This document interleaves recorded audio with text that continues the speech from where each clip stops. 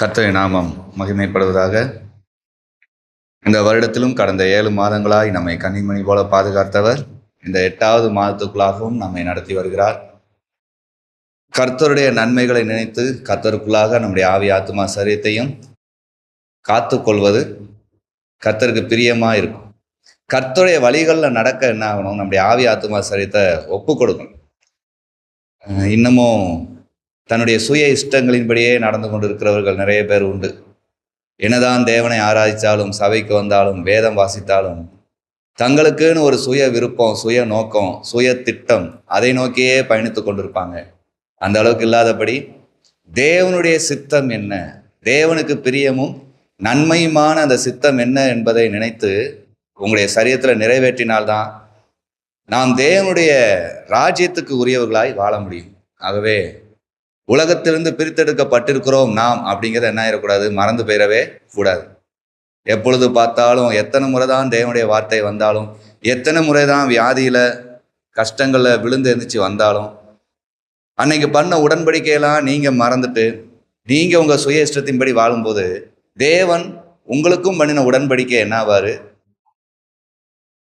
மறந்து போயிடுவார். அந்த உடன்படிக்கையிலேருந்து விலக்கி விட்டுருவார் உங்களை. ஆகவே தேவன் உங்களுக்கு செய்த உடன்படிக்கையும் நீங்கள் தேவனோடு செய்த உடன்படிக்கையும் நினைக்க வேண்டியது ரொம்ப ரொம்ப அவசியம். இதெல்லாம் மறந்து போய் என்ன கூடாது, வாழவே கூடாது. நீங்களாம் பெரியவங்க, உங்கள் பிள்ளைங்களை நீங்கள் வழி நடத்துறீங்க. உங்கள் பிள்ளைங்கள் உங்களுடைய ஒவ்வொரு செயலையும் கவனிச்சுட்டே தான் இருப்பாங்க. நீங்கள் ஒரு 6 மாதத்துக்கு முன்னாடி, 1 வருஷத்துக்கு முன்னாடி ஒரு வியாதியிலையோ இல்லை ஏதோ ஒரு கஷ்டத்திலே இருந்தபோது தேவனோடு பண்ணின ஒரு உடன்படிக்கை இருக்கும், நான் இப்படியாக இருப்பேன்னு. தேவன் அதன் வழியாக உங்களுக்கு ஒரு அற்புதத்தை செஞ்சிருப்பாரு, ஒரு அடையாளத்தை செஞ்சிருப்பாரு. இவ்வளவு நடந்த பிறகும் மறுபடியும் உங்கள் இஷ்டப்படி நீங்கள் நடக்கும்போது அதை உங்களுடைய பிள்ளைகள் தான் பார்த்து கொண்டிருக்கிறாங்க. எப்படி இருக்குன்னா, தேவனுக்கு விரோதமாய் பொய் சொல்வது எல்லாமே பெற்றோர்கள்ட்டே பெரிய இருக்கு. வேற பிள்ளைங்க எப்படி தேவனுக்கு பிரியமாக வாழ முடியும்?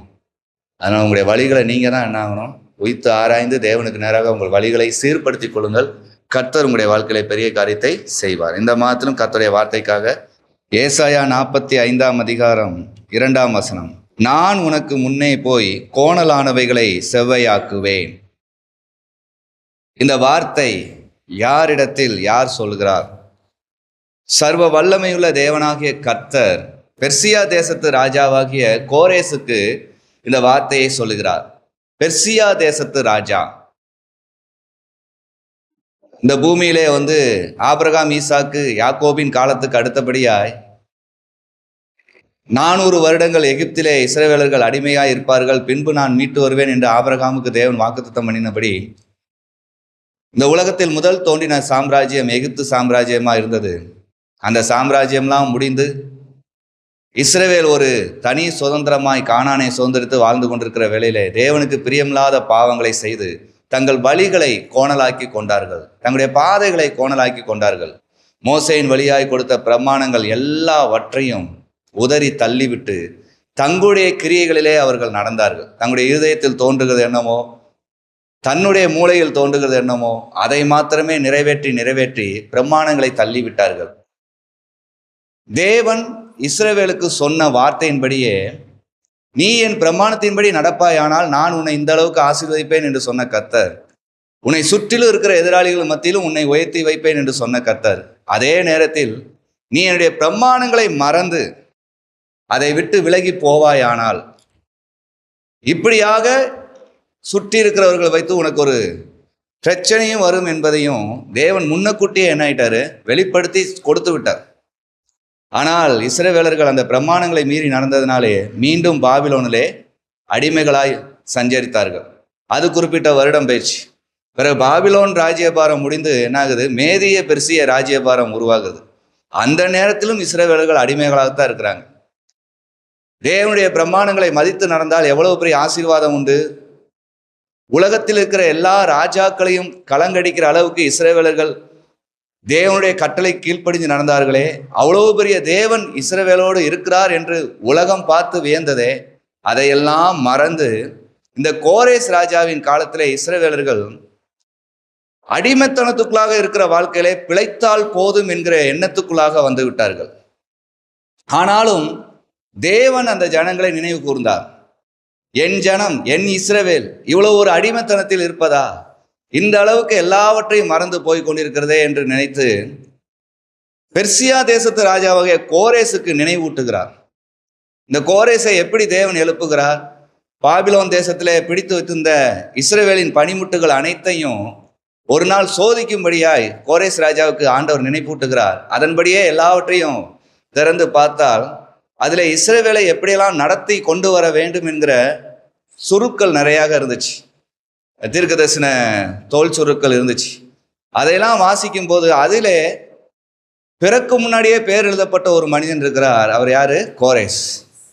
நீதான் என் ஜனங்களை நடத்தி கொண்டு போவா என்பது அங்கே எழுதப்பட்ட உடனே தான் அதை வாசித்து அதை எடுத்து அதன்படியே ஜனங்களை என்னாகிறாரு? நடத்துகிறவராய் இருக்கிறார். அதற்கு முன்னமே எழுதப்பட்டதான் அந்த ஏசாயா தீர்க்க தரிசன புஸ்தகம்லாம்.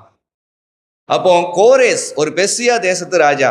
அவருக்கு இஸ்ரவேலின் பாஷை தெரியாது, இஸ்ரவேலின் தேவனாகிய கர்த்தரை ஆராதிக்கிற முறைமை தெரியாது, இஸ்ரவேலின் தேவனுடைய ஜனங்களுடைய அந்த கலாச்சாரங்கள் தெரியாது, எதுவுமே தெரியாது. இஸ்ரவேல் ஜனங்கள் அடிமைகளா இருக்கிறார்கள், அவ்வளவுதான். அதுலேயும் மிக குறிப்பாக யூதா கோத்திரம் மிகுந்த ஒரு அடிமைத்தனத்திற்குள்ளாக செல்லுகிறது. அப்போ தேவன் மாத்திரம் இந்த காரியங்களை வெளிப்படுத்தி கொடுக்கிறார். இந்த ஜனத்தை நான் தான் வழிநடத்தி கொண்டு போகணுமா? அப்ப இந்த ஜனத்துடைய பாஷை எனக்கு தெரியாது, இந்த ஜனத்துடைய எந்த ஒரு நடவடிக்கைகளும் தெரியாது, நான் இதை எப்படி நடத்த முடியும்? அதுக்குத்தான் இந்த வார்த்தையை சொல்லுகிறார், நான் உனக்கு முன்னே போய் கோணலானவைகளை செவ்வையாக்குவேன். நீங்களும் எத்தனையோ வருடம் ஆண்டவரை ஆராதிக்கிறேன்னு சொல்லலாங்க. உங்களுடைய எண்ணங்களை, உங்களுடைய வழிகளை வேதாகமத்துக்கு புறம்பாக கோணலாக வைத்து கொண்டு நாங்களும் தேவனுடைய பிள்ளைகள் தான், நாங்களும் கர்த்தரை ஆராதிக்கிறவர்கள் தான் என்று இருப்பதில் பிரயோஜனமே இல்லைங்க. வீட்டில் குடும்ப ஜெபம் பண்ணலாம், சபைக்கு விடாமல் வரலாம், என்ன வேணா பண்ணலாம். உங்கள் பாதைகளை கோணலாக்காதபடிக்கு நேர்வழியாய் வாங்க. நானே வழியும் சத்தியமும் ஜீவனுமா இருக்கிறேன் என்று சொன்ன கர்த்தரிடத்தில் உங்கள் வாழ்க்கையை ஒப்பு கொடுங்க. விட வேண்டியதை விடணும், பொருத்தனை பண்ணதில் தெளிவாக இருக்கணும். தேவனிடத்துல நீங்கள் வாயை திறந்து நீங்க சொன்ன வார்த்தைகள்ல எச்சரிக்கையா இருக்கணும். அவர் இந்த அளப்புகிற வாயிலிருந்து பிறக்கிற வார்த்தைகளை கேட்கிற தேவனே அல்ல. நேற்று ஒரு வேதனை நிமித்தமாய் தேவனே எனக்கு இதை செய்யும், நானும் உமக்காக இப்படி இருப்பேன்பீங்க. இன்று இருக்கிற சந்தோஷத்தின் நிமித்தமாய் தேவனே மறந்து போகலாம், ஏதோ ஒரு ஜெபம் பண்ணிக்கிட்டு இருக்கலாம். அதெல்லாம் என்னதில்ல, உங்க பிள்ளைகளுக்கு நீங்களே கோணலான வழிகளை வைத்துக் கொண்டிருக்கிறீர்கள் என்ற அர்த்தம். ஒரு யூதா, ஒரு இஸ்ரவேல், எத்தனை உடன்படிக்கைகளை மதித்து நடக்கிற ஒரு இஸ்ரவேல், உலகம் பார்த்து இவர்களுடைய தேவனே தேவன் என்று சொல்லுகிற அளவுக்கு வியப்போடு நடத்தி வந்த கர்த்தர். ஆனால் இந்த ஜனம் தங்களுடைய பாதைகளை என்ன ஆயிடுச்சு? கோணலாக்கி கொண்டே போனது. இப்போ ஒரு அடிமைத்தனத்துல இருக்கிற சாப்பாடு போதும்னு நினைக்கிற அளவுக்கு இந்த ஜனத்துடைய குணாதிசயங்கள் மாறிவிட்டது. பார்த்தீங்களா? இன்னைக்கும் அதே மாதிரிதாங்க நிறைய தேவனுடைய பிள்ளைகள் ஒரு நகைக்கு, ஒரு பணத்துக்கு, ஒரு பட்டத்துக்கு, ஒரு பதவிக்கு, ஒரு வாழ்க்கைக்கு, ஏதோ தான் நினைச்சதை சாதிக்கணுங்கிறதுக்காக தேவனை மறுதலித்து வாழ்வீர்கள். உங்கள் வழிகளை கோணலாக்கி கொண்டே இருப்பீர்கள். நேர் வழியாய் நடக்க உங்களுக்கு விருப்பமே இருக்காது.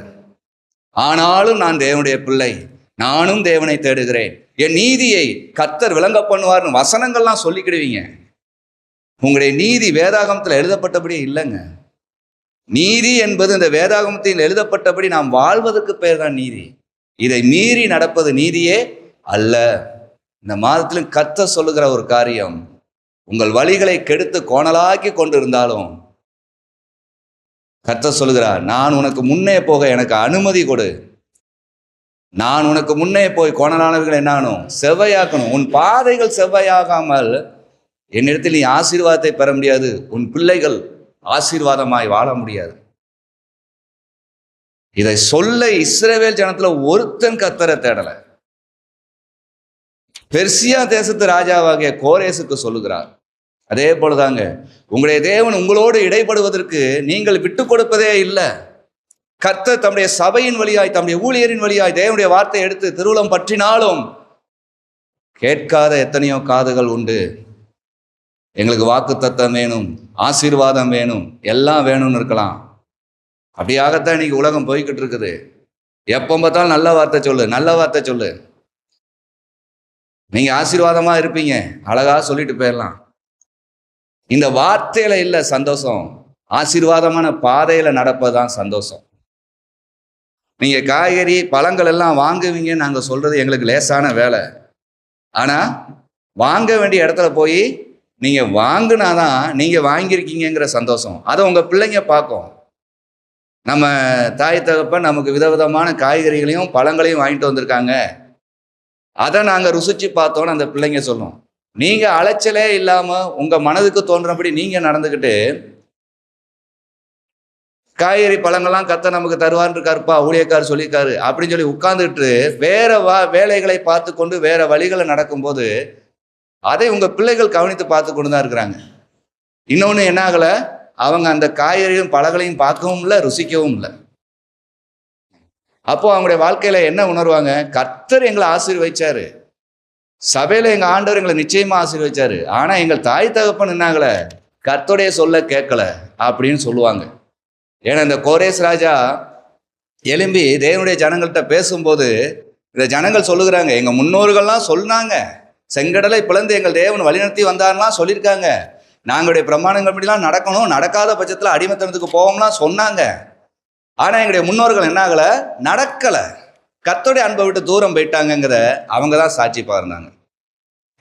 பெரியவர்களை ஆய்விட்டீர்கள், பிள்ளைகளை பெற்றுவிட்டீர்கள் என்றால் பிள்ளைகளுக்கான நல் வழிகளை வைத்துவிட்டு போவதுதான் பெற்றோர்களுக்கு நல் மதிப்பு. ஆபிரகாம், ஈசாக்கு, யாக்கோபு ஒரு நல் வழிகளை நமக்கு வைக்காமல் போயிருந்தால் இன்று என்ன இருக்கும்? தேவனுடைய வார்த்தைக்கு கீழ்ப்படிஞ்சு எவ்வளவு உண்மையா நடந்தாங்கன்னு பாருங்க. உங்களை ஆபிரகாம் என்று சொல்லும் போது நீங்க சந்தோஷப்படுகிறீங்க. யாக்கோபை போல உங்களை தேவன் இரட்டத்தனையாய் ஆசீர்வதிப்பாரு, உங்களை பல மடங்கு ஆசீர்வதிப்பார்னா சந்தோஷமா இருக்கு. யாக்கோபின் நடவடிக்கைகள் உங்ககிட்ட உண்டா? ஆபிரகாம் தேவனுக்கு பிரியமாய் வாழ்ந்தது போல வாழ்வது உங்ககிட்ட உண்டா? நீ வார்த்தைக்கு அலைகிற உலகமா இருக்கு. தேவனுடைய பிள்ளைகள் பேரை மாற்றிக்கொள்வார்கள், ஆனால் குணத்தை மாற்றிக்கொள்ள மாட்டார்கள். எத்தனையோ பேர் தான் வீட்டில் கஷ்டப்படுறேன் ஊழியக்காரர் வந்து எங்களுக்கு ஜெபம் பண்ணலாம் சொல்லுவாங்க. ஜெபம் பண்ண வந்தாலும் கர்த்தருடைய வார்த்தைக்கு இடம் கொடுக்க மாட்டாங்க. எங்க கஷ்டம் பெருசா இருக்கலம்பாங்க. உங்க கஷ்டம் மட்டும் பெருசா தெரிவதற்கு காரணம் உங்கள் வழிகள் கோணலாய் போய்விட்டதுதாங்க அர்த்தம். கர்த்தர் என்னைக்கு பெரியதா தெரிகிறாரோ அன்னைக்கு தான் உங்க வழிகளை நீங்க நேராக்குகிறீங்கன்னு அர்த்தம். அவருடைய சகல பிரஸ்தாபத்தை பார்க்கலாம், அவருடைய வார்த்தை அவர் மகிமைப்படுத்திருக்கிறார். வருகிற ஆபத்துக்குள்ளாக தேவன் எச்சரிப்பார், வழி நடத்துவார். உன் பாதைகளை நீ செவ்வையாக்கு, நீ செவ்வையாக்க முடியாத உன்னுடைய குணாசியங்கள் மத்தியில் என்னிடத்தில் வேண்டு, நான் உனக்கு முன்னே போய் கோணனானவைகளாம் செவ்வையாக்கி தருகிறேன். ஆனாலும் உன் இருதயத்தை கடினப்படுத்துவாயானால் அதை அடிக்கடி கடிந்து கொள்ளப்பட்டும் தன் பிடரியை கடினப்படுத்துகிறவன் சகாயமின்றி சடுதியிலே நாசம் அடைந்து போவான். மீண்டும் மீண்டும் சேற்றில் விழுந்த பன்றியை போல தேவன் எத்தனை முறை எச்சரித்தாலும், தேவன் உனக்கு ஒரு ஆபத்து வந்து விடக்கூடாது என்று எத்தனை முறை காக்க சித்தம் கொண்டாலும் மீண்டும் மீண்டும் தவறி விழுவதையே வாழ்க்கையாய் வைத்திருக்கிற வாழ்க்கை என்றோ ஒரு நாள் அந்த தவறுக்குள் சிக்கி தன் வாழ்க்கையை முடித்துவிடும். இரக்கம் பாராட்டி கொண்டே இருக்கிற கர்த்தர் என்று நினைத்து விடாதீர்கள். இரக்கம் பாராட்டி கொண்டே தான் இருப்பார். ஆனாலும் பாபிலோனிலே அடிமை ஆக வேண்டியது அவர்கள் தேடிக்கிட்ட வழிதான். அவர்கள் தங்களுடைய பாதைகளை கெடுத்து கொண்டதுனால்தான். ஏசாயா 59 சொல்லப்படுகிறது பாருங்க. ஏசாயா 59 அதிகாரம் 8 வசனம். சமாதான வழியை அறியார்கள், அவர்கள் நடைகளின் நியாயமில்லை, தங்கள் பாதைகளை தாங்களே கோணலாக்கி கொண்டார்கள், அவைகளில் நடக்கிற ஒருவனும் சமாதானத்தை அறியான். சமாதான வழியை அறியாத எத்தனையோ பெரியவர்கள் உண்டு. தன் பிள்ளைகள் விருப்பம், தன் பிள்ளைகளுடைய ஆசை, தன் பிள்ளைகளுக்கு பிரியமானது என்று சொல்லி அவர்களுக்கு படிக்க சாப்பிட எல்லாவற்றையும் வாங்கி தருகிற பெற்றோர்களுக்கு தேவனிடத்திலிருந்து சமாதான வழியை வாங்கித்தர தெரியாதவர்களாய் போய்விடுகிறார்கள். தன் பிள்ளைகளுடைய தவறுகளை ரசிக்கிற பெற்றோர்கள் என்று உண்டு. அந்த அளவுக்கு கோணலான வழிகளிலே சாய்கிறார்கள். அதில் எழுதப்பட்டது போலதான், தன் நடைகளில் நியாயமே இல்லை. ஐயா, ஒரு தேவ பிள்ளை எப்படி நடக்கணும்? அவங்க நடைகளை பார்த்தா அதுல நியாயமே இல்லை. நியாயமில்லாத வழிகளில் நடந்து கொண்டு வாயிலே ஸ்தோத்திரத்தை சொல்லி புண்ணியம் என்ன? நியாயமில்லாத வழிகளில் நடந்து கொண்டு, கர்த்தாவே என் பிள்ளைகளை ஆசீர்வதி, என் குடும்பத்தை ஆசீர்வதியும் நீங்களா உங்களை ஏமாற்றி கொண்டிருப்பது புண்ணியம் என்ன? நீங்களோ நானோ இந்த பரிசுத்த வேதாகமத்தில் எழுதப்பட்ட வார்த்தையின்படி வாழாவிட்டால் நமக்கு விடியற்கால வெளிச்சம் இல்லை என்று பரிசுத்த வேதாகமம் நமக்கு சொல்லியிருக்கிறதே. நாம ஒரு லைட்டை போட்டு வாழ்வதற்கு பேர் வெளிச்சம் இல்லைங்க.